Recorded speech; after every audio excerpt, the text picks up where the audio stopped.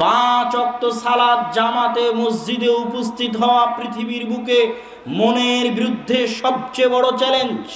5 ওয়াক্ত সালাতে জামাতে উপস্থিত হওয়া আসমানের নিচে জমিনের উপরে মনের বিরুদ্ধে লড়াই করে 5 ওয়াক্ত সালাতে মসজিদে উপস্থিত হওয়া পৃথিবীতে সবচেয়ে বড় চ্যালেঞ্জ। আর এই চ্যালেঞ্জ যে একবার গ্রহণ করতে পারে, ওর আত্মা ধীরে ধীরে ট্রেন আপ হয় কিভাবে ও মনকে কন্ট্রোল করতে পারবে। একবার যদি 5 ওয়াক্ত সালাত নিয়মিত মসজিদে আদায় করার অভ্যাসই বানিয়ে ফেলে নিজের আত্মাকে, ওই আত্মা গুনাহ থেকে বিরত থাকা এমনি শিখে যাবে। যত মানুষ দেখবেন গুনাহে লিপ্ত, এরা কেউ নিয়মিত 5 ওয়াক্ত সালাত জামাতে আদায় করতে পারে না।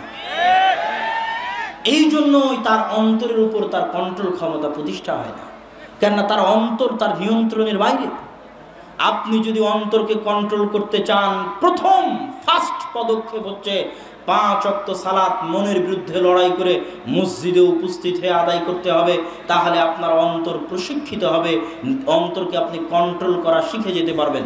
রাসূল সাল্লাল্লাহু আলাইহি ওয়াসাল্লাম এমনি বলেননি, কেউ যদি 40 দিন টানা 40 দিন 5 ওয়াক্ত সালাত তাকবীরে তাহরিমার সাথে উপস্থিত হয়ে আদায় করে, আল্লাহু আকবার বলে যে সালাত শুরু হয়, এই তাকবীরে তাহরিমার প্রথম তাকবীর মিস না দিয়ে টানা 40 দিন 5 ওয়াক্ত সালাত মসজিদে তাকবীরে তাহরিমার সাথে আদায় করে, ও জাহান্নাম থেকে মুক্ত। এত বড় ফজিলত তো আল্লাহ রাসূল এমনি ঘোষণা করেনি, কালকে থেকে শুরু করেন, কয়দিন পারেন। অনেক বড় কঠিন চ্যালেঞ্জ যে আপনি টানা 40 দিন 5 ওয়াক্ত সালাত জামাতের সাথে তাকবীরে তাহরিমা মিস না দিয়ে আদায় করবেন। অনেক বড় কঠিন চ্যালেঞ্জ, অন্তরের জন্য সবচেয়ে বড় প্রশিক্ষণ। কেউ যদি একবার 40 দিন টানা আদায় করে ফেলে, ওর অন্তরের একটা প্রশিক্ষণ কোর্স কমপ্লিট হয়ে যাবে এবং অটোমেটিক ও জাহান্নাম থেকে মুক্ত হয়ে যাবে। ওর অন্তর প্রশিক্ষিত হয়ে যাবে গুনাহ থেকে বিরত থাকার জন্য। অন্তরকেও নিজের কন্ট্রোলে নিয়ে চলে আসবে। অন্তর মুতাআউযিদ বিইবাদাতিল্লাহ, আল্লাহর ইবাদতে অভ্যস্ত হয়ে যাবে। অন্তরের উপর কন্ট্রোল ক্ষমতা প্রতিষ্ঠার শেষ স্তর, লাস্ট স্টেপ, টপ লেভেলের স্টেপ, সালাতুর রাজুলি ফি জাওফিল লাইল ওয়ান নাসু নিয়াম। মানুষ যখন রাতে ঘুমিয়ে থাকে, রাতের শেষ অংশে আল্লাহ যখন নিচের আসমানে নেমে আসেন, তখন তাহাজ্জুদের সালাত আদায়ে অভ্যাসী হওয়া, এটা অন্তরের উপর কন্ট্রোল ক্ষমতা প্রতিষ্ঠার শেষ স্তর।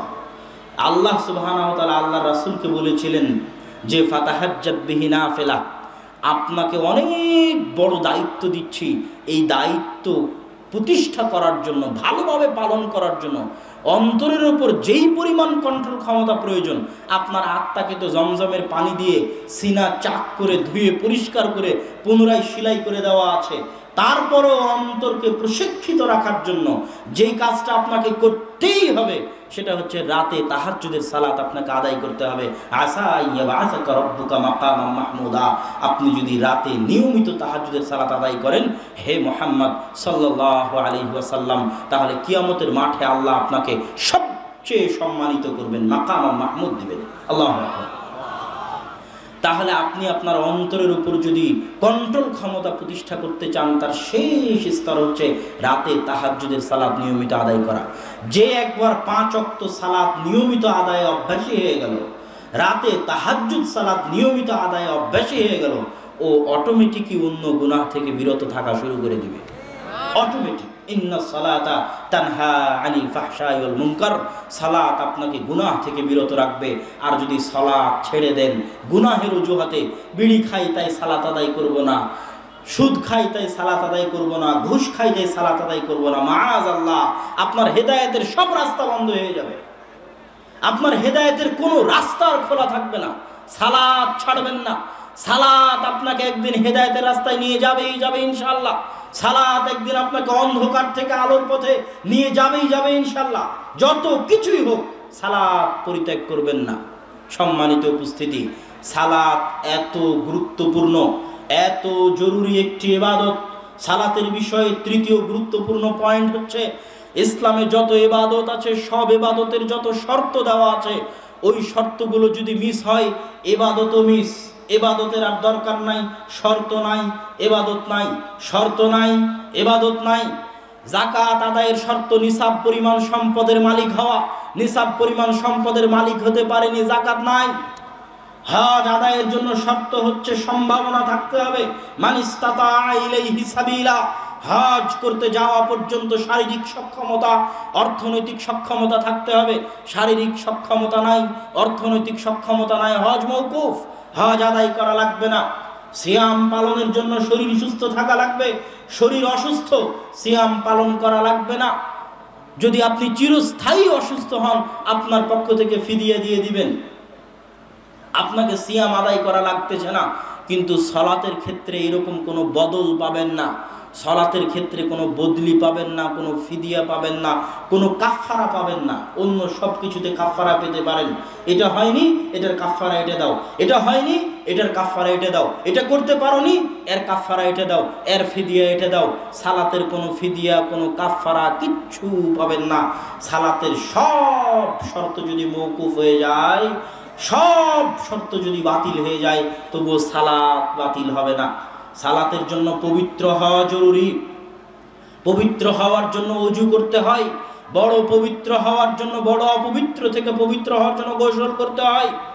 স্ত্রীর সাথে সহবাস করেছেন, রাতে স্বপ্ন দোষ হয়েছে, বড় অপবিত্র, গোসল করার পানি নেই, তায়াম্মুম করবেন, তায়াম্মুম করার মাটি নেই। যদি গোসল করার পানি না থাকে, তায়াম্মুম করার মাটি না থাকে, সালাত কি বাতিল হয়ে যাবে? সালাত মওকুফ হবে না। আপনাকে পবিত্র কাপড়ে সতর ঢেকে সালাত আদায় করতে হয়, পবিত্র কাপড় নাই। হাজারো যুবকের অভিযোগ, আমার প্যান্টে পেশাব লেগে আছে।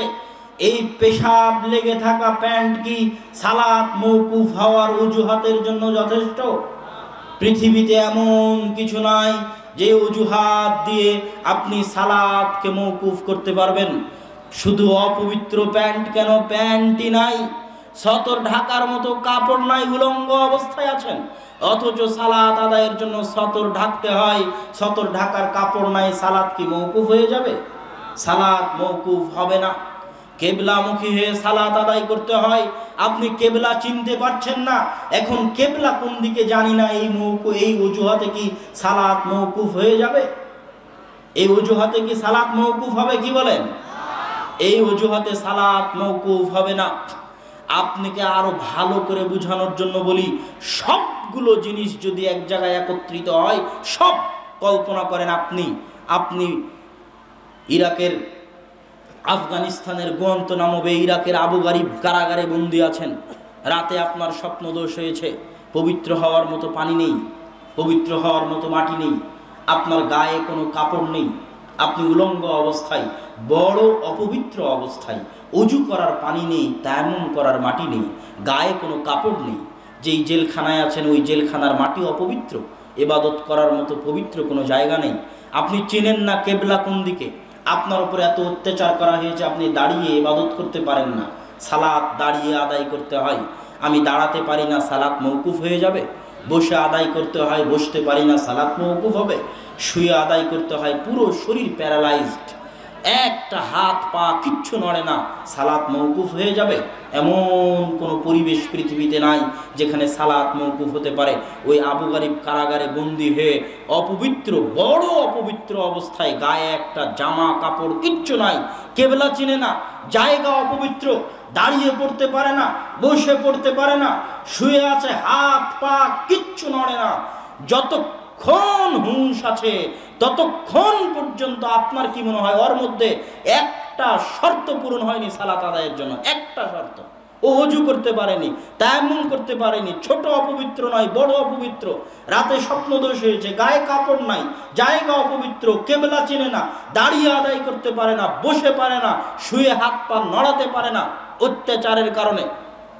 শুধু তাই নয়, ও যদি বলে যে আমার সূরা ফাতিহা মুখস্থ নাই, সূরা ফাতিহা ছাড়া সালাত হয় না, তো সূরা ফাতিহা মুখস্থ না থাকার অভিযোগে অজুহাতে কি সালাত মওকুফ হয়ে যাবে? ওর কোরআনের একটা সূরাও মুখস্থ নাই, ওর সালাত মওকুফ হয়ে যাবে? সব শর্ত যদি ওই ব্যক্তির মধ্যে বাতিল হয়ে যায়, একটা শর্ত পাওয়া যায়নি, তবুও তাকে সালাত আদায় করতেই হবে। আল্লাহু আকবার। সালাত এত জরুরি, এত গুরুত্বপূর্ণ ইবাদত। সালাত আদায়ের মূল রহস্য আপনাকে দিয়ে সিজদা করানো, আপনাকে দিয়ে রুকু করানো, আপনাকে পবিত্র হওয়ানো, আপনাকে জামা কাপড় পরানো, আপনাকে কেবলামুখী হওয়ানো, আপনাকে মসজিদে নিয়ে যাওয়া, আপনাকে পায়ে পা মিলানো, জামাতে উপস্থিত করা, এগুলো সব হচ্ছে অপশনাল লক্ষ্য উদ্দেশ্য। মেইন লক্ষ্য উদ্দেশ্য হচ্ছে ওয়া আকিমিস সালাতা লিযিকরি, হে দুনিয়ার মানুষ তোমরা সালাত প্রতিষ্ঠা করো আমাকে স্মরণ করার জন্য। আর আল্লাহকে স্মরণ করতে, মনে করতে বুদ্ধি থাকাই যথেষ্ট। কথা মনে বুঝাতে পারি? আল্লাহ সুবহানাহু ওয়া তাআলাকে স্মরণ করতে কিবলামুখী হওয়া জরুরি নয়। আল্লাহ সুবহানাহু ওয়া তাআলাকে স্মরণ করতে ওযু করা জরুরি নয়। আল্লাহ সুবহানাহু ওয়া তাআলাকে স্মরণ করতে তায়াম্মুম করা জরুরি নয়। আল্লাহ সুবহানাহু ওয়া তাআলাকে স্মরণ করতে রুকু করা জরুরি নয়। আল্লাহ সুবহানাহু ওয়া তাআলাকে স্মরণ করতে সিজদা করা জরুরি নয়। আল্লাহ সুবহানাহু ওয়া তাআলাকে স্মরণ করতে গায়ে কাপড় থাকা জরুরি নয়। আল্লাহ সুবহানাহু ওয়া তাআলাকে স্মরণ করতে গায়ে পবিত্র কাপড় থাকা জরুরি নয়। পৃথিবীর যে কোনো অবস্থায় যতক্ষণ আপনার বুদ্ধি আছে, যতক্ষণ আপনার বিবেক আছে, ততক্ষণ আপনাকে আল্লাহ সুবহানাহু ওয়া তাআলাকে স্মরণ করতেই হবে। আপনি স্মরণ করতে বাধ্য, আপনাকে এত বেশি স্মরণ করতে বাধ্য যে আল্লাহ চাইতেন আপনি যেন দিনে রাতে 50 বার স্মরণ করেন। ওমা খালাকতুল জিন্না ওয়াল ইনসা ইল্লা লিয়াবুদুন, আমি মানুষকে সৃষ্টি করেছি আমার ইবাদতের জন্য। আর ইবাদতের সবচেয়ে বড় অংশ হচ্ছে সালাত। তথা আল্লাহ যদি বলতেন, আমরা যদি বুঝি যে আমি মানুষকে সৃষ্টি করেছি সালাত আদায় করার জন্য, ভুল হবে না। মানুষকে সৃষ্টি করা হয়েছে যেন সে সালাত আদায় করে বললে ভুল হবে না। যদিও ইবাদতের আরও অংশ আছে। আল্লাহর দাসত্ব মানে 24 ঘন্টা দাসত্ব। আল্লাহর দাসত্ব মানে শুধু মসজিদের মধ্যে নয়। আল্লাহর দাসত্ব মানে শুধু সালাতে নয়। ইয়াবুদুন মানে ইবাদত করলে মানুষ ভুল বুঝে যে ইবাদত মানে মনে হয় শুধু সালাত, অথচ ইয়াবুদুন শব্দের মূল মাদ্দা হচ্ছে আব্দুন, আইন বা দাল। আব্দুন মানে গোলাম, বান্দা, দাস। ইয়াবুদুন মানে গোলামি করে, বন্দিগি করে, দাসত্ব করে। আর দাসত্ব শুধু মসজিদে নয়, জন্ম থেকে মৃত্যু পর্যন্ত, মাথার চাঁদি থেকে পায়ের পাতা পর্যন্ত, সকাল থেকে সন্ধ্যা পর্যন্ত 24 ঘন্টা আল্লাহর দাসত্ব করার নাম দাসত্ব। আর আল্লাহ সুবহানাহু ওয়া তাআলার দাসত্ব হচ্ছে সবচেয়ে মজা, সবচেয়ে বড় আজাদি, সবচেয়ে বেশি স্বাধীনতা, সবচেয়ে বেশি আত্মসম্মান, সবচেয়ে বেশি আত্মমর্যাদা, সবচেয়ে বেশি আত্ম অহংকার, সবচেয়ে বেশি ভারাত্ম, সবচেয়ে বেশি ব্যক্তিত্ব ওই ব্যক্তির মধ্যে থাকবে যে যত বেশি আল্লাহর দাস। আর যে যত কম আল্লাহর দাস ও তত অন্য কিছুর দাস। যে যত কম আল্লাহর দাস ও তত অন্য কিছুর দাস। দেখবেন কেউ ফ্রি ফায়ার পাবজি গেমের দাস, দেখবেন কেউ মদ জুয়ার দাস, গোলাম, দেখবেন কেউ নারীর দাস, দেখবেন কেউ আইপিএল বিপিএল এর জুয়ার দাস।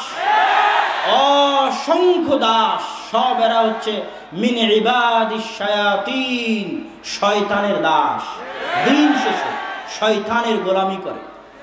আর সবচেয়ে স্বাধীন, সবচেয়ে আজাদ যে পৃথিবীর, এগুলো সব দাসত্বের শৃঙ্খলকে, ক্ষমতার দাসত্ব। মানুষ ক্ষমতার দাসত্ব বরণ করে। যেমন আবু বকর রাদিয়াল্লাহু তাআলা আনহু কোনো সময় ক্ষমতার দাসত্ব বরণ করেননি।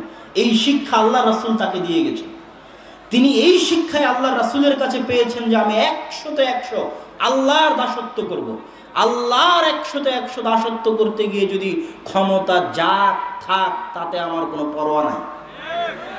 আল্লাহর 100তে 100 দাসত্ব করতে গিয়ে আমার ক্ষমতা, টাকা পয়সা, ধন দৌলত থাক যাক তাতে আমার কোনো পরোয়া নেই। উনি যদি একটু কম্প্রোমাইজ করতেন তাহলে উনি 100তে 100 আল্লাহর দাস থাকতে পারতেন না। উনি দুনিয়াকে ভয় পেয়ে যেতেন, ক্ষমতাকে ভয় পেয়ে যেতেন, ক্ষমতার গোলাম হয়ে যেতেন। বলেন কি আপনি, যারা যাকাত দিচ্ছেন এদের বিরুদ্ধে যুদ্ধ করবেন, এরা সব তো কালেমায়ে শাহাদা পড়ে মুসলমান হয়েছে। ক্ষমতা চলে যেতে পারে। ক্ষমতার ভয়ে একটু ভিতরে ঢোকা মানে ক্ষমতার দাস হয়ে যাওয়া। আপনি পৃথিবীর যত মানুষ আছে সব মানুষ দেখবেন কোনো না কোনো কিছুর দাসত্ব বরণ করে আছে। আর এগুলো সব দাসত্বের শৃঙ্খলা ভঙ্গ করে, সব দাসত্বের জিঞ্জিরকে চূর্ণ বিচূর্ণ করে যে 100তে 100 আল্লাহর গোলাম, আল্লাহর দাস ও পারমাণবিক বোমের চেয়েও শক্তিশালী। ও হচ্ছে ইব্রাহিম আলাইহিস সালাতু ওয়াস সালামের মতো উঁচু আত্মমর্যাদা সম্পন্ন। পৃথিবীতে এমন কেউ নাই যে তাকে কিনে নিতে পারে। পৃথিবীতে এমন কেউ নাই যে তাকে টাকার বিনিময়ে ক্রয় করে নিতে পারে, কেউ নাই। এই জন্য বলছিলাম আল্লাহ সুবহানাহু ওয়া তাআলার দাসত্বের সবচেয়ে বড় মাপকাঠি হচ্ছে সালাত। সালাত দিয়ে আল্লাহকে স্মরণ করতে বলা হয়েছে। সালাতের এই মূল রহস্য আল্লাহকে স্মরণ করা। এই আল্লাহ সুবহানাহু ওয়া তাআলাকে স্মরণ করাটা আল্লাহ এত বেশি চান, এত বেশি চান, এত বেশি চান যে মানুষ আল্লাহকে স্মরণ করুক। এই স্মরণ করাটা আল্লাহ সুবহানাহু ওয়া তাআলা এত বেশি চান, এত বেশি চান যে তার নবী রাসূলদের পর্যন্ত আল্লাহ সুবহানাহু ওয়া তাআলা নবী সম্পর্ক আছে, যোগাযোগ আছে। তারপরেও আল্লাহ সুবহানাহু ওয়া তাআলা নবীদের ক্ষেত্রে বলছেন স্মরণ করার কথা। ইউনুস আলাইহিস সালাতু ওয়াস সালামের কথা বলতে গিয়ে আল্লাহ সুবহানাহু ওয়া তাআলা পবিত্র কোরআন মাজিদে বলছেন, ইউনুস আলাইহিস সালাতু ওয়াস সালাম যখন মাছের পেটে, তখন তিনি বলছেন লা ইলাহা ইল্লা আনতা সুবহানাকা ইন্নী কুনতু মিনাজ জালিমিন। এবার আল্লাহ ওই ঘটনা কোরআনে নকল করে বলছেন লাউলা ইউসাব্বিহ, যদি ইউনুস মাছের পেটে আমাকে স্মরণ না করত। আল্লাহর নবী, আল্লাহ জানেন আল্লাহর নবী মাছের পেটে আছে, আল্লাহ কি জানেন না? ওহু আলিমুম বিযাতিস সুদূর, মানুষের অন্তরের খবর উনি জানেন। সারা পৃথিবীতে যা কিছু হচ্ছে উনি দেখছেন। আল্লাহ নিজে দেখছেন তার নবী মাছের পেটে, তারপরও আল্লাহ অপেক্ষা করছেন তার নবী তাকে স্মরণ করে কিনা। আল্লাহু আকবার। এবার আল্লাহ কোরআনে বলছেন আমার নবী যদি আমাকে স্মরণ না করত, আমার নবী হওয়ার পরেও আমি আমার নবীকে কিয়ামত পর্যন্ত মাছের পেটেই রেখে দিতাম। আল্লাহু আকবার। তাহলে স্মরণ করা, যে মানুষ আল্লাহকে স্মরণ করবে, এটা আল্লাহ কত কঠিন আকারে, কত বেশি আকারে, কত গুরুত্ব দিয়ে আল্লাহ সুবহানাহু ওয়া তাআলা চান। মুসা আলাইহিস সালাতু ওয়াস সালামকে আল্লাহ বলছেন মুসা ইযহাব ইলা ফিরআউন, যাও ফিরআউনের নিকটে দাওয়াত দাও দিনের। মুসা আলাইহিস সালাতু ওয়াস সালাম তার যত অজুহাত ছিল সব অজুহাত আল্লাহর সামনে পেশ করলেন। আল্লাহ, আমার মুখের কথা ঠিক নাই, জিহ্বা পুড়ে গেছে, ফেরাউন অনেক শক্তিশালী, আমাকে পরামর্শ দেওয়ার কেউ নাই, জাআল্লি ওয়াজিরা, আমার ভাইকে আমার পরামর্শদাতা করে দিন, আমার জিহ্বা ঠিক করে দিন। আল্লাহ বললেন পড়ো, রব্বি ইশরাহ লি সাদরি ওয়া ইয়াসসির লি আমরি ওয়াহলুল উকদাতাম মিন লিসানি ইয়াফকাহু কওলি। পড়ো। আল্লাহ জিহ্বা ঠিক করে দিলেন, লাঠি দিলেন মুজিজা হিসেবে, বগলের থেকে হাত বের করলে হাত জলজল করে, ভাইকে দিলেন নবী করে পরামর্শদাতা হিসেবে, সব দিয়ে দিলেন। দিয়ে দেওয়ার পরে এবার আল্লাহ বলছেন মুসা আলাইহিস সালাতু ওয়াস সালাম সব মুজিজা, সব দাবি পূরণ হওয়ার পর যদি মুসা আলাইহিস সালাম মনে করে যে মুই কি হনুরে, এখন তো আর আমার কাছেই সব কিছু, আমি এখন যা ইচ্ছা তাই করব, আল্লাহ সুবহানাহু ওয়া তাআলাকে এখন না ডাকলেও চলতে পারে। তখন আল্লাহ সুবহানাহু ওয়া তাআলা মুসা আলাইহিস সালামকে সতর্ক করে দিচ্ছেন, ওয়ালা তানিয়া ফি যিকরি, তোমাদেরকে সব দাবি পূরণ করে দিলাম, কিন্তু শোনো, তোমরা দুইজন মিলে আমাকে ডাকতে, আমাকে স্মরণ করতে ভুলিও না। আচ্ছা, আল্লাহর কি তার নবীর সাথে যোগাযোগ নাই? আল্লাহর কি তার নবীর সাথে কথা হয় না? মুসা কালিমুল্লাহ, আল্লাহ মুসা আলাইহিস সালাতু ওয়াস সালামের সাথে কথা বলেছেন দূর পাহাড়ে। তারপরেও আল্লাহ চাচ্ছেন যে মুসা চাক, মুসা বলুক। আরো একটা উদাহরণ দিই আপনাকে। যখন মুসা আলাইহিস সালাতু ওয়াস সালাম বললেন, হে আল্লাহ, আমার জিহ্বায় সমস্যা। আচ্ছা, আল্লাহ তো কুন ফায়াকুন, হও, সাথে সাথে হয়ে যায়। এটা আল্লাহ কোরআনে বলেননি? হও বললেই হয়ে যায়, এটা আল্লাহর আদেশ। আল্লাহ সুবহানাহু ওয়া তাআলা সাথে সাথে কুন বলে মুসা আলাইহিস সালাতু ওয়াস সালামের জিহ্বা ঠিক করতে পারতেন না? পারতেন না? পারতেন। তারপরেও আল্লাহ ঘুরিয়ে মুসা আলাইহিস সালামকে বলছেন, ঠিক আছে, আমি তোমার জিহ্বা ঠিক করে দিব, তুমি চাও, বলো রব্বি ইশরাহ লি সাদরি ওয়া ইয়াসসির লি আমরি ওয়াহলুল উকদাতাম মিন লিসানি ইয়াফকাহু কওলি। তুমি চাও মুসা, তুমি আমার কাছে চাও, তাহলে আমি তোমাকে ঠিক করে দেব। আল্লাহু আকবার। তাহলে আল্লাহ কি পরিমাণে চান যে তার বান্দারা আল্লাহ সুবহানাহু ওয়া তাআলাকে স্মরণ করুক, তার বান্দারা আল্লাহ সুবহানাহু ওয়া তাআলাকে ডাকুক। এটা আল্লাহ সুবহানাহু ওয়া তাআলা কি পরিমাণে চান, এটা যদি আমি আপনাকে বুঝাতে না পারি তাহলে এটা আমার ব্যর্থতা। কিন্তু পবিত্র কোরআন এবং হাদিস বুঝে সালাতের যেটা মূল রহস্য, সেটা হচ্ছে মানুষ বাধ্য, ওই মানুষ আল্লাহর বান্দা রূপে গণ্য হতে পারে না, ওই মানুষের সাথে আল্লাহর সম্পর্ক থাকতে পারে না যে দিনে রাতে 24 ঘন্টার মধ্যে অন্তত পক্ষে, নিম্ন পক্ষে দিনে রাতে 5 বার আল্লাহকে স্মরণ করতে পারে না। ওয়াল ইয়াজ বিল্লাহ। ওই ইতিম, ওর চাইতে বড় ইতিম পৃথিবীতে কেউ নাই। যার বাপ মারা গেছে অত বড় ইতিম নয়, যত বড় ইয়তীম ও যার সাথে আল্লাহর সম্পর্ক নাই, জিজ্ঞেস করেন ইসআল নাফসাক, আপনার আত্মাকে জিজ্ঞেস করেন আপনার আত্মার সাথে আল্লাহর সম্পর্ক আছে কিনা, আপনার রুহের সাথে আল্লাহর যোগাযোগ আছে কিনা, আল্লাহকে স্মরণ করেন কিনা, আল্লাহকে ডাকেন কিনা। ইসআল নাফসাক, নিজের আত্মাকে জিজ্ঞেস করুন। আপনার চাইতে বড় ইয়তীম পৃথিবীতে কেউ নাই যার সাথে আল্লাহর যোগাযোগ নাই, আল্লাহর সম্পর্ক নাই। যে বাপ মারা গেছে তার চেয়ে বড় ইয়তীম কোন ভাগাড়ে পড়ে মারা যাবে আল্লাহ সুবহানাহু ওয়া তাআলা পরোয়াও করবেন না, অথচ তিনি নি'মাল মাওলা নি'মান নাসির, উত্তম অভিভাবক, তার চেয়ে উত্তম অভিভাবক কেউ নাই। আপনার সবচেয়ে প্রিয়, সবচেয়ে কাছের, সবচেয়ে নিকটের, সবচেয়ে ভালোবাসার, সবচেয়ে আপন আপনার সৃষ্টিকর্তা আল্লাহ সুবহানাহু ওয়া তাআলা। রাসূল সাল্লাল্লাহু আলাইহি ওয়াসাল্লাম একটা হাদিস বলতে গিয়ে বলছেন যে মানুষ যখন আল্লাহকে স্মরণ করে, আল্লাহর দিকে ফিরে যায়, তখন আল্লাহ কত খুশি হন। এখানে আমি আপনাকে আবারও বলি, এই রূহ কিন্তু পৃথিবীতে সৃষ্টি হয়নি, আল্লাহর পক্ষ থেকে পাঠানো। এই রূহ কিন্তু আল্লাহর কাছে সাক্ষ্য দিয়েছিল, আলাস্তু বিরব্বিকুম ক্বালু বালা। রূহ কিন্তু বলেছিল, হ্যাঁ আমরা সাক্ষ্য দিচ্ছি আপনি আমাদের প্রতিপালক। এই জন্য রূহ কিন্তু জন্মগতভাবে, তাবিঈভাবে, ফিতরাতানভাবে আল্লাহর দিকে ফিরে যেতে চায়। কিন্তু শয়তানের প্ররোচনায় পড়ে মানুষ যখন গুনাহ করে, তখন রূহের উপর অত্যাচার হয়।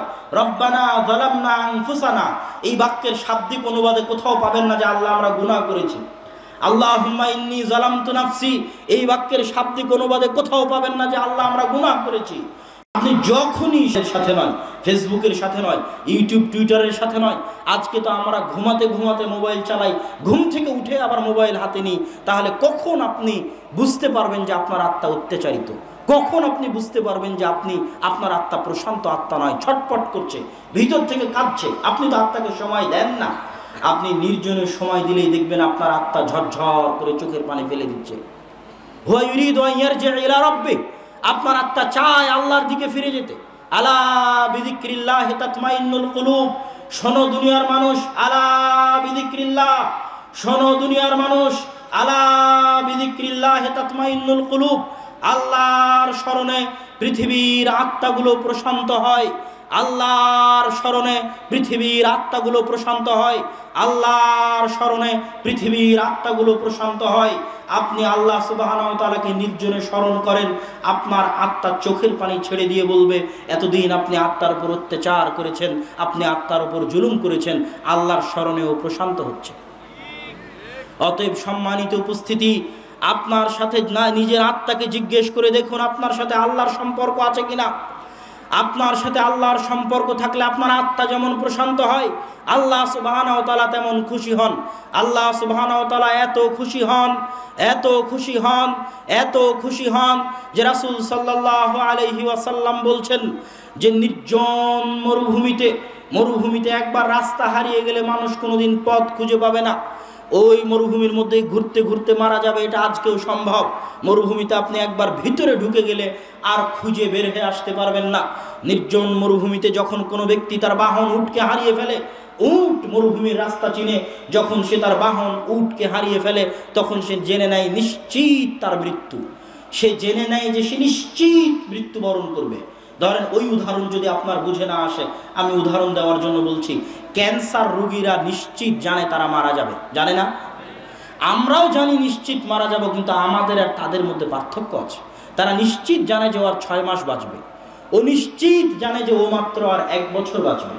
এর মধ্যেও মারা যেতে পারে, কিন্তু 1 বছরের বেশি বাঁচার সম্ভাবনা নাই, 6 মাসের বেশি বাঁচার সম্ভাবনা নাই। ও নিশ্চিত জানে মারা যাবে। লাস্ট 4th স্টেপ, চতুর্থ স্টেপে অবস্থান করছে ওর ক্যান্সার, গোটা শরীর ছড়িয়ে পড়েছে, ও মারা যাবে, নিশ্চিত জানে মারা যাবে। তো ওই ব্যক্তি যেমন নিশ্চিত জানে মরুভূমিতে হারিয়ে যাওয়া ব্যক্তি মারা যাবে, এখন হুট করে ঘুম থেকে উঠে দেখছে তার উট ফিরে এসেছে।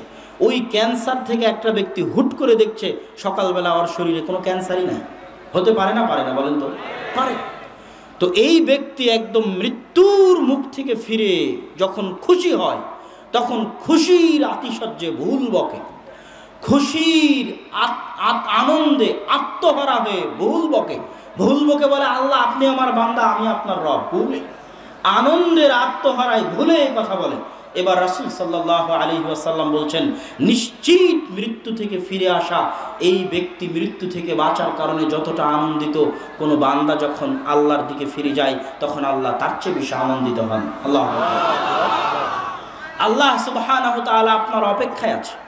আল্লাহ সুবহানাহু ওয়া তাআলা আপনাকে সবচেয়ে বেশি ভালোবাসে। আল্লাহ সুবহানাহু ওয়া তাআলা রাতের শেষ অংশে এসে বলেন, ডাকেন, হাল মিন মুস্তাগফিরিন ইস্তাগফিরুনি, আছে কি কোনো ক্ষমা প্রার্থনাকারী যে ক্ষমা চায়? হাল মিন মুস্তারজিকিন ইস্তারজিকুনি, আছে কি কোনো রিজিক প্রার্থনাকারী রিজিক চায়? আছে কি কোনো দোয়াকারী যে আল্লাহ সুবহানাহু ওয়া তাআলাকে ডাকে? আল্লাহ বান্দার এত নিকটে, তিনি বান্দাকে এত বেশি ভালোবাসেন, এত বেশি ভালোবাসেন। ওয়াল্লাহি আল্লাহর কসম, আপনি বিশ্বাস করবেন, আপনার মা, আপনার বাবা, আপনার সন্তান সন্ততি সকলের চাইতে আপনার প্রতিপালক আল্লাহ সুবহানাহু ওয়া তাআলা আপনাকে বেশি ভালোবাসেন। এটা আপনাকে বিশ্বাস করতে হবে। কি জন্য? আপনি হচ্ছেন আল্লাহর বান্দা, আপনি হচ্ছেন আল্লাহর সৃষ্টিজীব। বান্দার সাথে প্রতিপালকের সম্পর্ক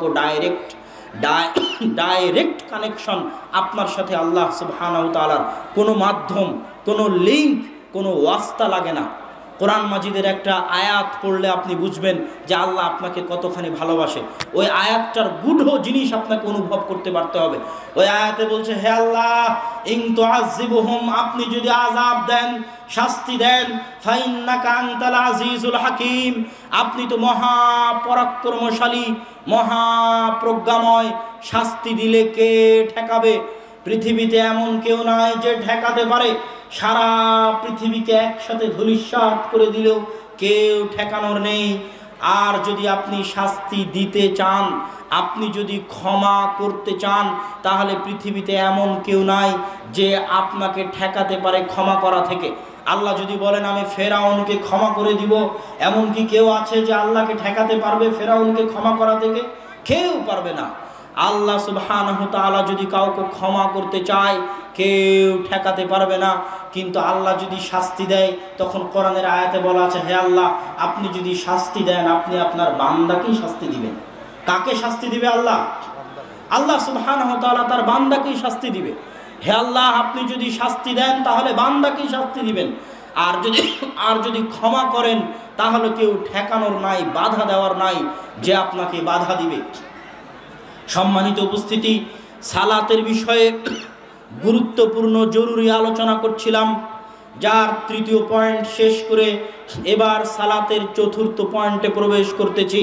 সালাত আদায় করার বিষয়ের চতুর্থ পয়েন্ট হচ্ছে, আসমানের নিচে জমিনের উপরে আল্লাহর নিকটে দোয়া করার, দোয়া চাওয়ার সবচেয়ে বড় মাধ্যম হচ্ছে সালাত। আসমানের নিচে জমিনের উপরে আল্লাহর নিকটে দোয়া চাওয়ার, দোয়া প্রার্থনা করার সবচেয়ে বড় মাধ্যম হচ্ছে সালাত। দেখেন, রাসূল সাল্লাল্লাহু আলাইহি ওয়াসাল্লাম যখন তিনি দেখলেন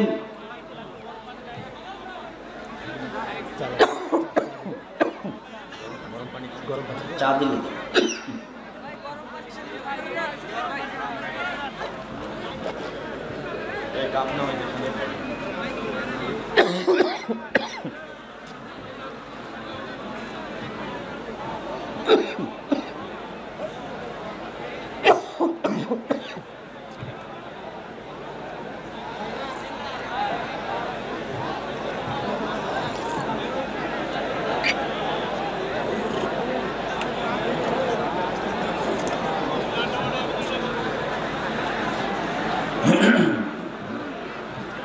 সম্মানিত উপস্থিতি, সালাতের আলোচনার শেষের দিকে চলে এসেছি।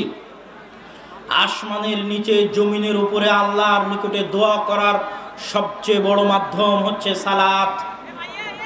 রাসূল সাল্লাল্লাহু আলাইহি ওয়াসাল্লামের যখন বৃষ্টি চাওয়ার দরকার হলো, আল্লাহ রাসূল সাহাবীদেরকে নিয়ে একত্রিত হয়ে হাত তুলে দোয়া করে আল্লাহ দরবারে বৃষ্টি চাইতে পারতেন। রাসূল সাল্লাল্লাহু আলাইহি ওয়াসাল্লাম সাহাবীদেরকে নিয়ে একসাথে একত্রিত হয়ে হাত তুলে দোয়া করে বৃষ্টি চাইতে পারতেন।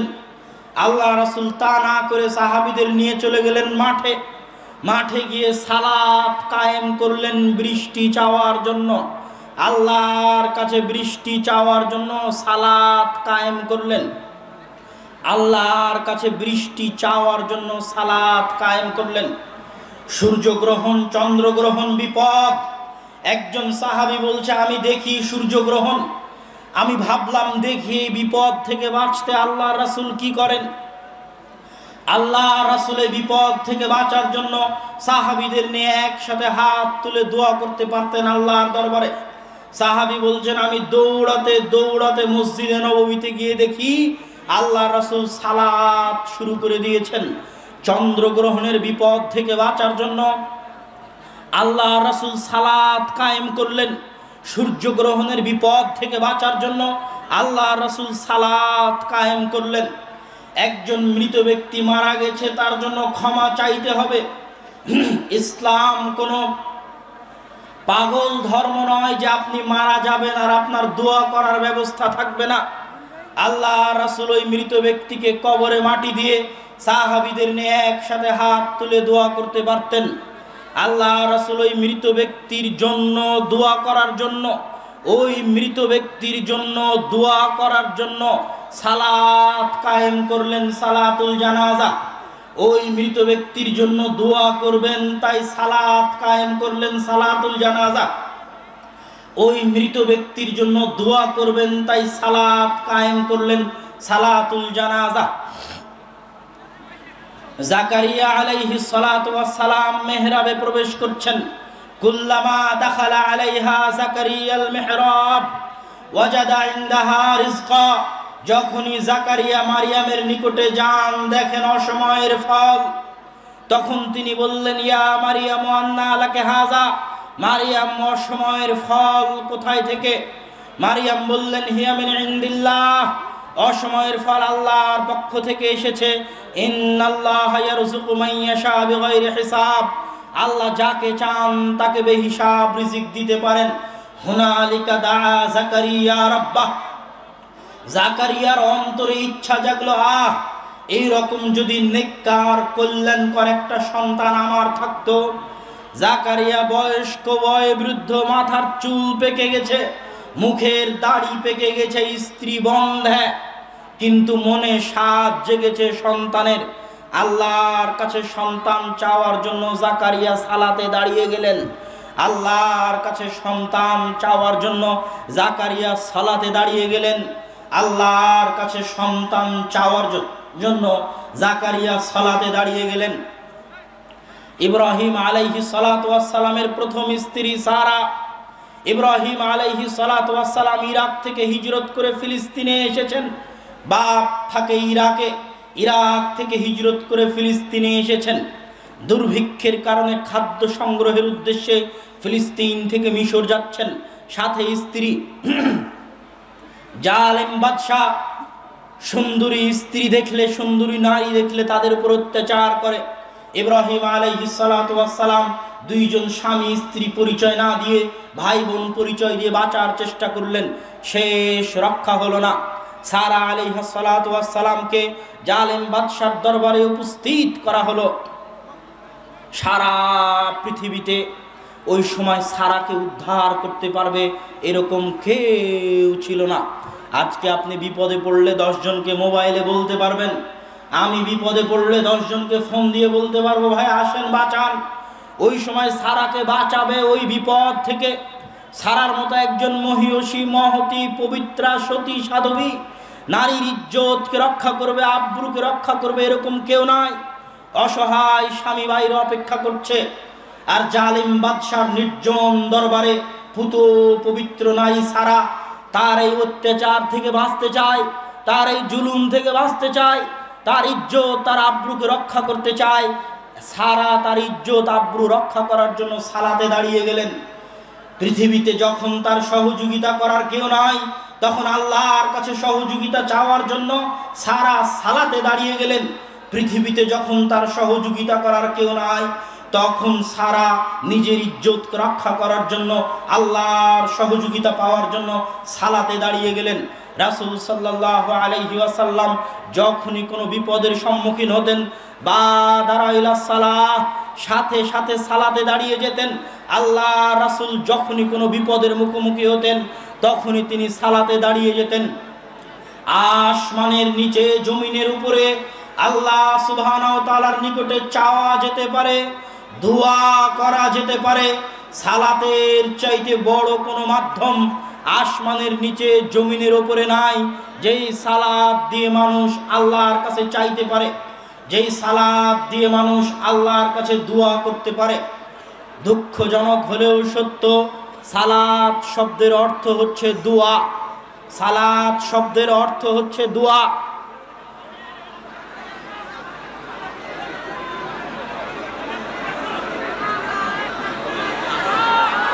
মানুষ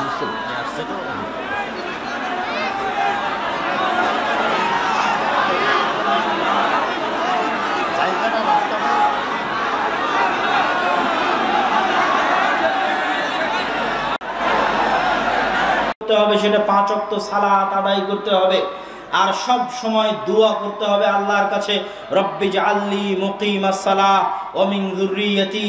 ইব্রাহিম আলাইহিস সালাতু ওয়াস সালাম সালাত কত জরুরি, নিজের জন্য দোয়া করছেন, আল্লাহ আমাকে নামাজি বানান, আল্লাহ আমার বংশধরকে নামাজি বানান। আজকে আমরা এই মঞ্চে বক্তব্যের শেষে এসে আল্লাহর কাছে দোয়া করতে চাই, আল্লাহ যেন আমাদেরকে নামাজি না বানিয়ে মৃত্যু না দেন, আমিন। মৃত্যু হওয়ার আগে যেন 5 ওয়াক্ত সালাত আদায়ের পাবন্দ হওয়ার তৌফিক আল্লাহ আমাদের দান করেন, আল্লাহুম্মা আমিন। 5 ওয়াক্ত সালাত আদায় নিজে করার চেষ্টা করবেন, সন্তান সন্ততিকে করানোর চেষ্টা করবেন। সালাতি সকল সফলতার মূল চাবিকাঠি, সকল সফলতার মূল চাবিকাঠি হচ্ছে সালাত। পৃথিবীতে আপনি দুনিয়াবি বলেন পরকালীন বলেন, সব সফলতা সালাতের মধ্যে। কিয়ামতের মাঠে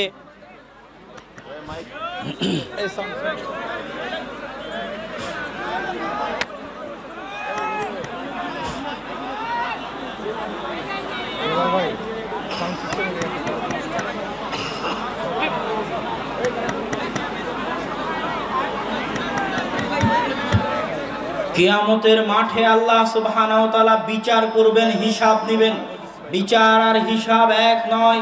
আউয়ালু মা ইউকযা বিহিল আবদু ইয়াউমাল কিয়ামাত দিমা। বিচার মানে পৃথিবীর শুরু থেকে নিয়ে শেষ পর্যন্ত মানুষ মানুষের উপর যত অন্যায় করেছে, পশু পাখির উপর যত অন্যায় করেছে, অন্যায় বাড়তে বাড়তে বাড়তে বাড়তে বাড়তে বাড়তে লক্ষ কোটি গুণ অন্যায় হয়ে গেছে। পৃথিবীর আদালতে কেউ বিচার করে দেয়নি, পৃথিবীর আদালতে কেউ ইনসাফ দেয়নি। কিয়ামতের মাঠে আল্লাহ হবেন বিচারক, কোনো উকিল লাগবে না, আল্লাহ হবেন বিচারক।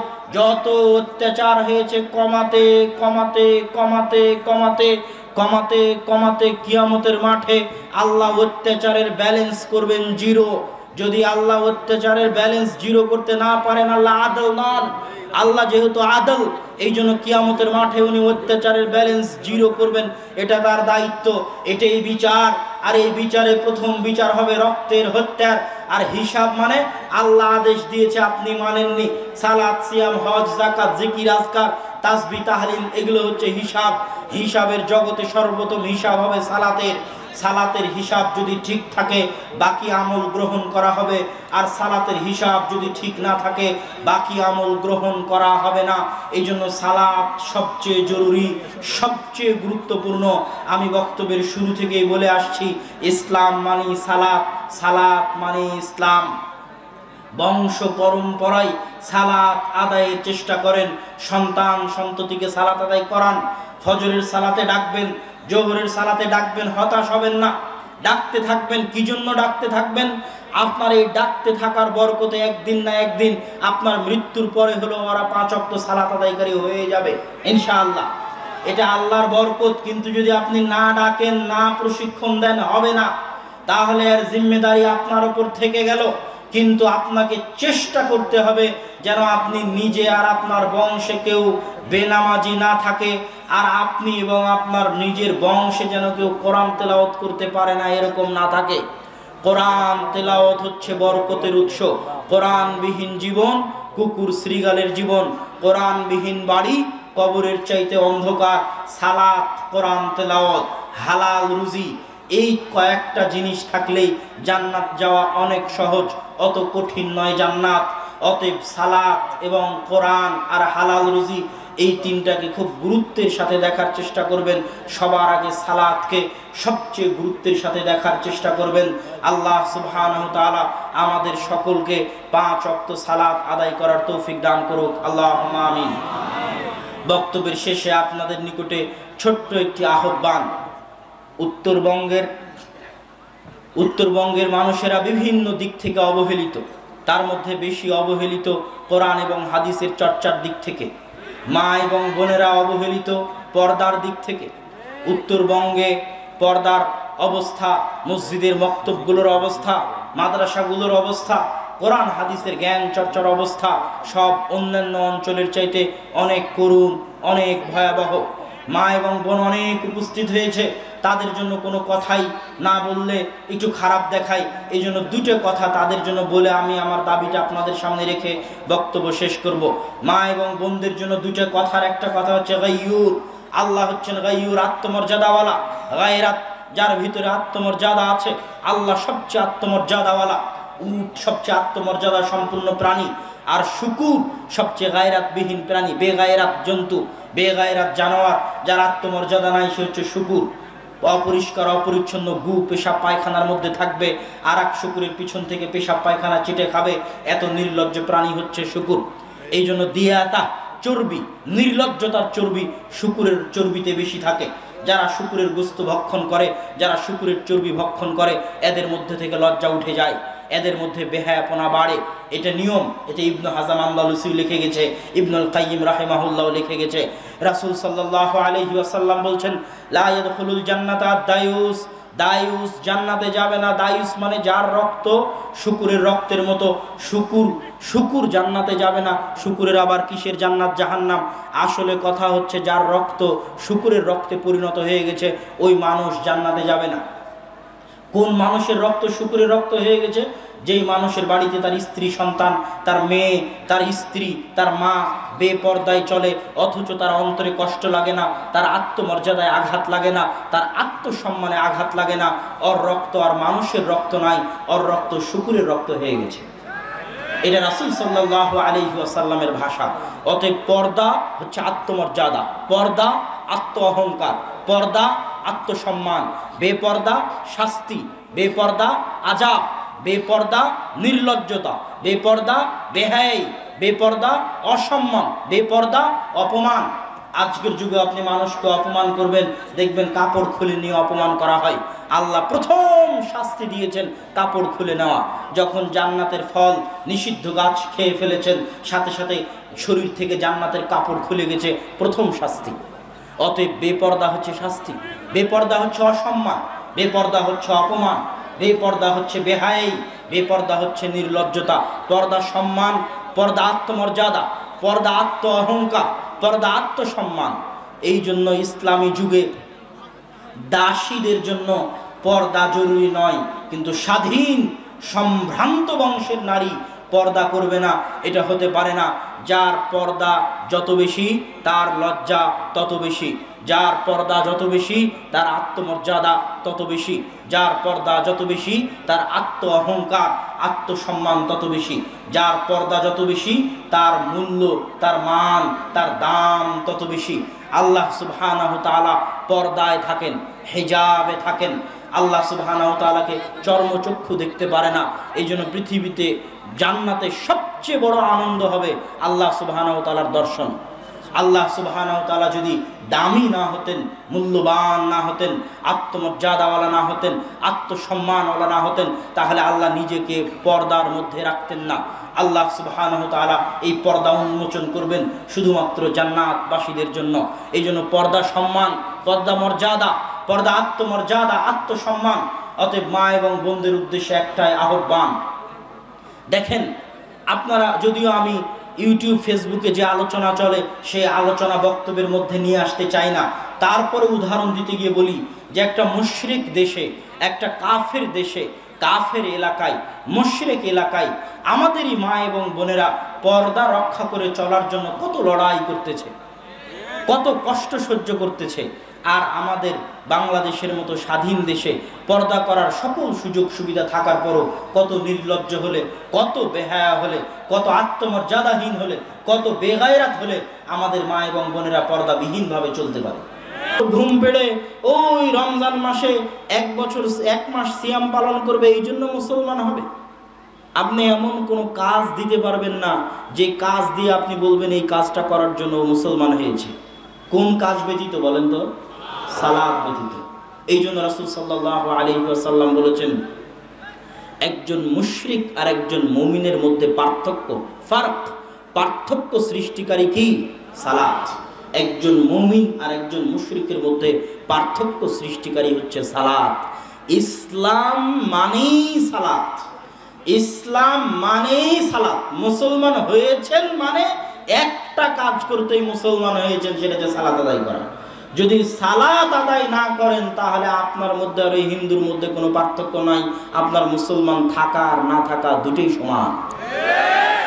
আর একটা কথা মনে রাখবেন, আল্লাহ সুবহানাহু ওয়া তাআলার নিষেধ অমান্য করার চাইতে আল্লাহর আদেশ অমান্য করা মহাপাপ। আল্লাহ সুবহানাহু ওয়া তাআলার নিষেধ লঙ্ঘন করার চাইতে আল্লাহ সুবহানাহু ওয়া তাআলার আদেশ লঙ্ঘন করা মহাপাপ। আল্লাহ সুবহানাহু ওয়া তাআলার নিষেধ অমান্য করার চাইতে আল্লাহ সুবহানাহু ওয়া তাআলার আদেশ লঙ্ঘন করা মহাপাপ। আল্লাহর নিষেধ হচ্ছে সুদ খাওয়া হারাম, আল্লাহর আদেশ হচ্ছে সালাত আদায় করতেই হবে। সুদ খাওয়ার চাইতে বড় গুনাহ সালাত ছেড়ে দেওয়ার গুনাহ।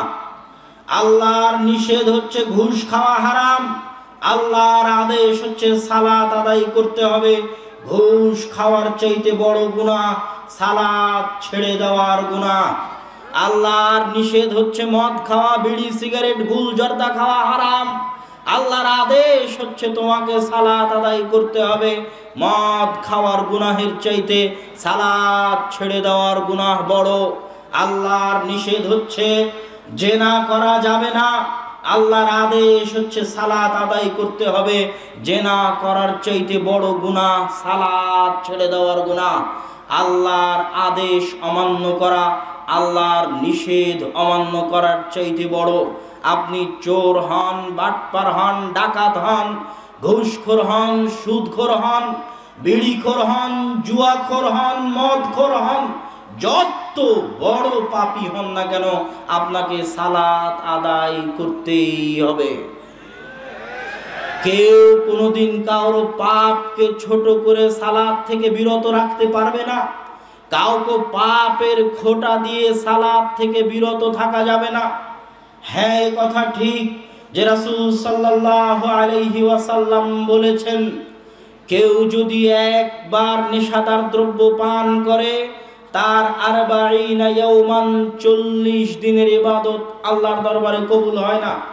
হ্যাঁ, এই কথা ঠিক যে রাসূল সাল্লাল্লাহু আলাইহি ওয়াসাল্লাম বলেছেন, লা ইয়াদখুলুল জান্নাতা জাসাদুন গুযিয়া বিল হারাম। ওই শরীর জান্নাতে প্রবেশ করতে পারবে না যে শরীর হারাম দিয়ে তৈরি হয়েছে। হ্যাঁ, এই কথা ঠিক যে রাসূল সাল্লাল্লাহু আলাইহি ওয়াসাল্লাম বলেছেন যে মানুষ যখন হাত তুলে দোয়া করে তখন আল্লাহ বলেন, মাতা'আমুহু হারামুন ওয়া মাশরাবুহু হারামুন ওয়া মালবাসুহু হারামুন ইন্নাল্লাহা তাইয়্যিব লা ইয়াকবালু ইল্লা তাইয়্যিব।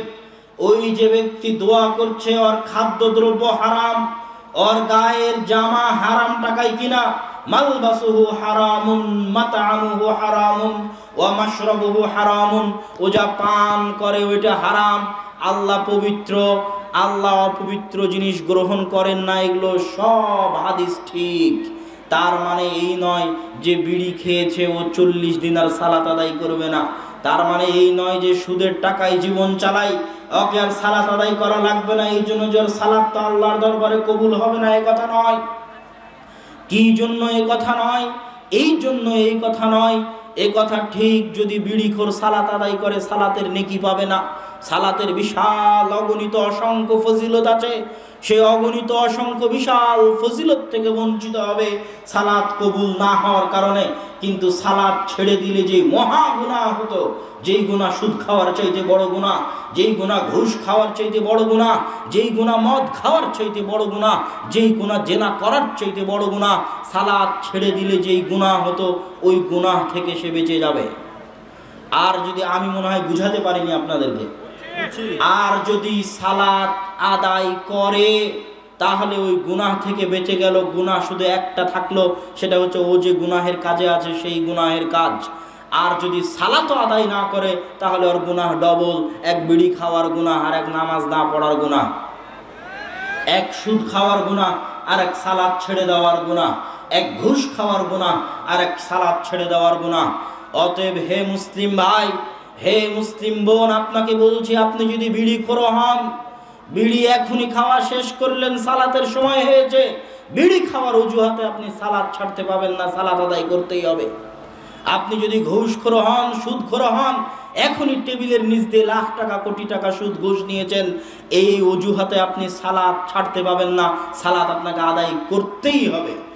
এখনই যদি আপনি বেশ্যালয় থেকে বের হয়ে আসেন, ওই অজুহাতে সালাত পরিত্যাগ করতে পাবেন না, সালাত আপনাকে আদায় করতেই হবে। সালাতের বিকল্প কিছু নাই, সালাত আদায় করতেই হবে। যত বড় পাপী হন, যত বড় পাপিষ্ঠ হন, কি জন্য সালাত পরিত্যাগ করা যাবে না? এই সালাতই যদি ধরে রাখেন আপনি, এই সালাত একদিন আপনাকে গুনাহ থেকে বিরত রাখবেই রাখবেই রাখবেই ইনশাআল্লাহ। কি জন্য এই সালাত আপনাকে গুনাহ থেকে বিরত রাখবে? মানুষ জানে না। কোরআনের এই আয়াতের ব্যাখ্যা মানুষ বুঝতে পারে না যে ইন্নাস সালাতা তানহা আনিল ফাহশাই ওয়াল মুনকার, সালাত মানুষকে গুনাহ থেকে বিরত রাখতে পারে, আল্লাহ কোরআনে বলছেন। কিন্তু মানুষে জানে না, মানুষে বুঝে না। কিভাবে সম্ভব? দেখেন, পৃথিবীতে যত মানুষ গুনাহ করে, সব মানুষ গুনাহ করে অন্তরকে কন্ট্রোল না করতে পারার কারণে, অন্তরকে নিয়ন্ত্রণ করতে না পারার কারণে মানুষ গুনাহে লিপ্ত হয়। জিব্রাইলকে যখন আল্লাহ বলেছেন যাও জাহান্নাম দেখে আসো, হুজিবাতিল নারো বিশাহাওয়াত, আল্লাহ জাহান্নামকে ঘিরে দিয়েছেন মানুষের মনের চাহিদা দিয়ে, মনের চাওয়া, মনের পাওয়া, মনের আকাঙ্ক্ষা, মনের স্বাদ, মনের ইচ্ছা দিয়ে আল্লাহ জাহান্নামকে ঘিরে দিয়েছেন। এই জন্য মনকে কন্ট্রোল করতে না পারার কারণেই মানুষ গুনাহ করে। গুনাহ থেকে বাঁচতে হলে আগে মনকে কন্ট্রোল করার প্রশিক্ষণ নিতে হবে। কিভাবে মনকে কন্ট্রোল করা যায়? আর কোনো কাজ না করে কোনোদিন কোনো কিছুকে কন্ট্রোল করা যায় না। কিছু কাজ চাপিয়ে দিলে ও প্রশিক্ষিত হয়। যার উপরই যে কাজ চাপিয়ে দিবেন ওর প্রশিক্ষণ শুরু হয়ে গেছে। কাজ করতে করতেই ও ট্রেনিং নিয়ে ফেলে কিভাবে ও কোন জিনিসকে কেমনে কন্ট্রোল করবে। আর যদি কাজ চাপিয়ে না দেন ও কোনোদিন প্রশিক্ষিত হতে পারবে না। আপনার অন্তরকে যদি আপনি কন্ট্রোল করতে চান, গুনাহ থেকে বাঁচাতে চান, যে গুনাহ করতে চান না, আপনি গুনাহ থেকে বাঁচতে চান, পৃথিবীর যে কোনো গুনাহ থেকে বাঁচতে চান, তাহলে আগে আপনার অন্তরকে কন্ট্রোল করা শিখতে হবে। আর অন্তরের উপর কন্ট্রোল ক্ষমতা প্রতিষ্ঠা করার পৃথিবীতে সালাতের চাইতে বড় কোনো মাধ্যম নাই। 5 ওয়াক্ত সালাত মসজিদে জামাতে উপস্থিত হওয়া পৃথিবীর বুকে সবচেয়ে বড় চ্যালেঞ্জ।